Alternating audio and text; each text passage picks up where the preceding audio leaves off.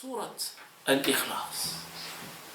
Alors les savants disent, le prophète sallallahu alayhi wa sallam dit, cette sourate, si tu la lis 3 fois, équivaut à la lecture, la lecture de la tiers du Coran. Oui, ça veut dire, mais si tu la lis 3 fois, c'est comme si tu as lu la totalité du Coran. Alors vous allez me poser la question, pourquoi le prophète sallallahu alayhi wa sallam a dit ça? Qui peut répondre à ça? Pourquoi cette sourate est le tiers? Pourquoi? Réfléchissez, vous le savez, vous le connaissez. Alors, rappelez-vous de Hadith Jibril. Hadith Jibril. Le hadith de l'ange Gabriel. Il a posé au prophète sallallahu alayhi wa sallam, c'est quoi?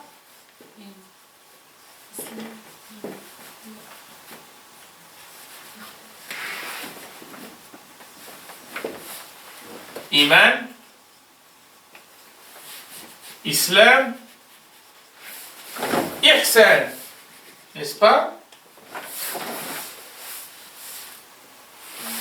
Ça, c'est les 3 grands axes de l'islam. Iman, c'est le tawhid. L'islam, c'est le fiqh. L'ihsan, c'est le tazkiyah.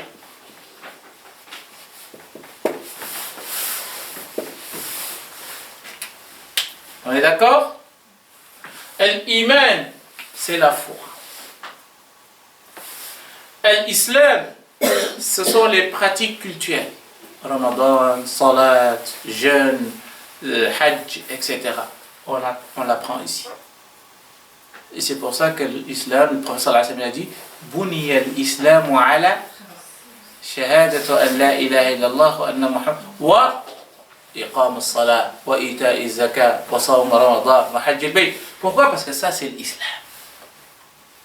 C'est différent avec islam avec un grand I. Islam avec un grand, ça c'est la religion. Ça veut dire les 3. Mais dans le hadith de Jibril, islam signifie seulement une partie de l'islam. Une partie. C'est quoi? C'est le droit musulman. Le côté adoratif. C'est tout.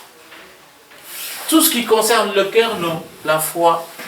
Parce que la foi, c'est quoi? An tu'mina billah wa malaikatihi wa kutubihi wa rusulihi wa yawmil akhir wa al-qadar khayrihi wa sharrihi. Ça, c'est iman. Tu crois en Allah, au jour du jugement dernier, les prophètes, les messagers, les anges, le destin et la prédestination, le jour du jugement dernier. Ça, c'est iman.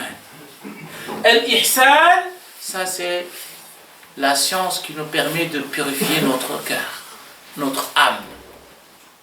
Donc on a les 3 grands axes de l'islam. Jibril était venu pour nous les enseigner à travers le prophète. Et c'est pour ça que lorsqu'il est parti, Jibril, le prophète sallallahu alayhi wa sallam, il a dit Hada Jibril. C'est lui qui était venu tout à l'heure, c'était l'ange Gabriel. Mais pourquoi il était venu? Il a dit Ja'a liyu'allimakum al-islam. L'iman, non, dinakum. Pourquoi? Parce qu'il nous a enseigné toute la religion. Il n'a rien laissé Jibril. Dans une petite séance, moins de 5 minutes, il a enseigné toute la religion. On n'a rien à faire de venir chaque vendredi pour étudier l'islam. Jibril, il a enseigné 5 minutes. 5, les compagnons, ils ont tout compris. 5 minutes. C'est quoi l'iman? C'est quoi l'islam? Shahadat an la ilaha illallah, iqam salat. C'est fini. Vous avez compris? Et comme cette sourate traite seulement une partie et ne traite pas les 2 autres parties, et donc cette sourate est le tiers du Coran. Vous avez compris? C'est clair? Parce que c'est une sourate de Tawhid. Elle ne traite pas comment prier, comment jeûner, comment faire le pèlerinage. Non, tout simplement la foi, l'unicité de Dieu, Tawhid. Et donc c'est une partie de la religion. Des trois grands axes de l'islam. Et généralement, quand tu arrives à ce stade de Tawhid, tu cherches du boulot, tu ne trouves pas. Tu cherches du pognon, tu ne trouves pas. Tu veux te marier, ça ne marche pas. Tu veux une voix, ça ne marche pas. Qu'est-ce que tu fais? Tu abandonnes ce bas monde et tu te diriges vers Allah. Tu avais pris les gens comme moyen pour atteindre ton objectif, ça n'a pas marché. Tu dis, en fait, moi je me dirigeais vers les gens, vers les créatures d'Allah. Maintenant je me dirige vers lui. Et je vais lui demander. Et généralement, je vous dis, si vous êtes sincère et que vous êtes déterminé en ce moment précis et que vous vous dirigez vers lui, Wallahi al-azim, vous allez voir le résultat tout de suite. Parce qu'Allah, on ne peut pas se diriger vers lui alors que vous n'aurez pas de résultat. C'est impossible. Ça dépend comment tu te diriges vers lui. Ça dépend. Est-ce que tu es convaincu ou pas? Et c'est ça, le nœud de notre existence. Si on n'a pas compris cela, c'est-à-dire qu'il y a des moments d'enchantement dans la vie de quelqu'un. Et quand vous êtes dans des problèmes, à un moment donné, il y a un déclic qui se passe dans votre tête, et là vous dites, voilà, moi j'abandonne tout et je me dirige vers Allah, et vous allez voir. Et c'est à ce moment-là qu'il faut demander. Parfois, on oublie cette opportunité qu'Allah nous a offerte. Et qu'est-ce qu'on fait? On reste là. J'ai tout fait, ça n'a pas marché. Je reste tranquille. Alors que tu as encore une porte que tu n'as pas encore toquée. Vous comprenez? En fait, c'est là où il fallait commencer. Mais Allah te donne encore une autre occasion quand tu es conscient que ça ne marche pas. Et donc, il te reste de toquer encore. Tu lui dis que je suis encore là. Et je sais que tu es le seul à résoudre les problèmes. Et vous allez voir. Faites-le. Faites cette expérience. Mais ça vient au moment où vous êtes vraiment déterminé. Parce que l'être humain, de manière générale, c'est sa conscience. Et c'est pour ça que les philosophes, en fait, la conscience était l'énigme le plus colossal à savoir et à connaître. Notre état d'esprit. Quand tu demandes à Allah, il faut lui demander à un moment où il y a l'état d'esprit. Il y a la présence de ton esprit. Et quand tu demandes, Allah, il exauce directement. C'est comme Yunus.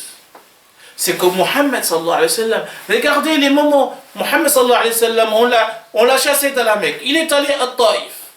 On l'a chassé là-bas. Il est arrivé, il ne sait plus où y aller. Et là, qu'est-ce qu'il fait? Pourtant, il pourrait demander à Allah pendant ces circonstances. Mais arrivé juste là, il n'a plus de moyens. Et là, il dit, je me dirige. Allahumma. Allahumma. Et là, il parle avec Allah. Anta Rabbul Mustada'afin. C'est toi, le Seigneur des gens faibles. Parce que là, il s'est senti faible. C'est un être. On l'a chassé partout. Il n'a pas de capacité. Mais c'est lui, Samad. Samad, quand tu es vraiment dans des problèmes, c'est à ce moment-là, avec cet état d'esprit, que c'est lui qui résout les problèmes. Réellement, c'est lui. Et donc, je m'adresse à lui. Pas à personne d'autre. Et wallah, si vous le faites, c'est automatique. Et vous allez voir le résultat directement. C'est votre conscience qui compte. C'est votre état d'esprit qui compte. هو الذي يلجأ إليه في المهمات. Quand c'est vraiment chaud, c'est difficile, c'est la crise, alors on s'adresse à Allah. Et que si vous voulez qu'il vous réponde, pendant les moments de crise, rappelez-vous d'Allah pendant les moments de bonheur. Ya salam. Hein? Vous avez trouvé du travail, vous avez un enfant, vous êtes marié, voilà, c'est un moment de bonheur. À la maison. Et là, qu'est-ce que vous faites? Vous faites une sadaqa. Vous faites une petite fête. Vous invitez les gens que vous aimez. Signe de reconnaissance à Allah. Vous faites sujoud, vous faites des raka'at, vous jeûnez des jours. N'est-ce pas? Et donc, pourquoi? Parce que vous vous êtes rappelé d'Allah pendant les moments de bonheur. Et quand vous serez dans les moments de malheur, quand tu l'appelles, te dit je suis là. Je suis là, je suis présent. Et donc, il ne faut pas jouer le malin avec Allah. Il faut se rappeler de lui, il se rappelle de toi. من ذكرني عند نفسه أو عنده ذكرته عندي عند الملأ الأعلى. Allah va te citer, pas ici-bas, mais il va te citer auprès des anges. Et c'est comme ça. Alors, Ibrahim alayhi salam. Là, je vous donne des exemples des prophètes. Ibrahim alayhi salam. Qu'est-ce qu'il a fait lui aussi? Imaginons que Jibril, il est vraiment dans une situation difficile. Ibrahim, il est vraiment dans une situation difficile. Et l'ange Jibril arrive. Il lui dit, Ya Ibrahim, t'as un problème? Tu veux quelqu'un qui va résoudre ton problème, Ibrahim? Si tu viens de ta propre initiative, j'ai pas besoin de ton aide. Jibril vient te voir. Alors tu es dans une crise, tu as des problèmes. Jibril, il te dit, tu as des problèmes, je suis là pour t'aider. Tu dis non, non, non. Si ce n'est pas Allah qui t'envoie vers moi, je n'ai pas besoin de ton aide. Ça c'est horrible. Ça c'est horrible. Je ne veux pas l'aide de quelqu'un d'autre, d'une créature, non. Je veux l'aide d'Allah, qui vient d'Allah. Un signe direct. Il dit, ya Ibrahim, mais invoque Allah. Tu es dans des problèmes. Il lui dit, ilmuhu bihali yughni an su'ali. Le fait que Allah sait dans quelle situation je suis, pourquoi je dois lui rappeler ma situation? Pourquoi? Il ignorait que j'étais dans des problèmes? Non, il n'ignore pas. Il sait dans quelle situation. Pourquoi Allah, regarde-moi, je suis dans des problèmes. Non! Ibrahim, il a dépassé ce stade. Allah qui décide, tout ce que tu fais, pour moi, c'est bon. Et je serai satisfait et heureux de ta décision. Du moment que ça vient de toi. C'est là. Du moment que ça vient de toi, je suis content. Ce qui va me mettre mal, c'est que quand quelque chose arrive et que ça ne vient pas de toi directement. Comprenez? Ilmuhu bihali yughni an su'ali. Mais ça, c'est un état d'esprit. Tu ne peux pas réveiller du jour au lendemain, dire que voilà, moi je ne demande rien à Allah. Mais non, ça c'est un travail. C'est pour ça qu'il a dit radiyallahu anhum wa radu anhu. Avant que tu sois satisfait d'eux, attends que Allah soit satisfait de toi. Comprenez? Aimer Dieu, c'est bien, mais il y a plus fort, il y a meilleur, c'est Allah t'aime. N'est-ce pas? Quand vous aimez le roi et que le roi vous aime, c'est lequel qui est plus avantageux? Que le roi vous aime. Donc Allah vous aime, c'est meilleur que vous l'aimez. L'aimer c'est bien, mais il y a meilleur, que lui vous aime. Et quand Allah vous aime, Ça, c'est autre chose. Vous faites partie des amis intimes d'Allah.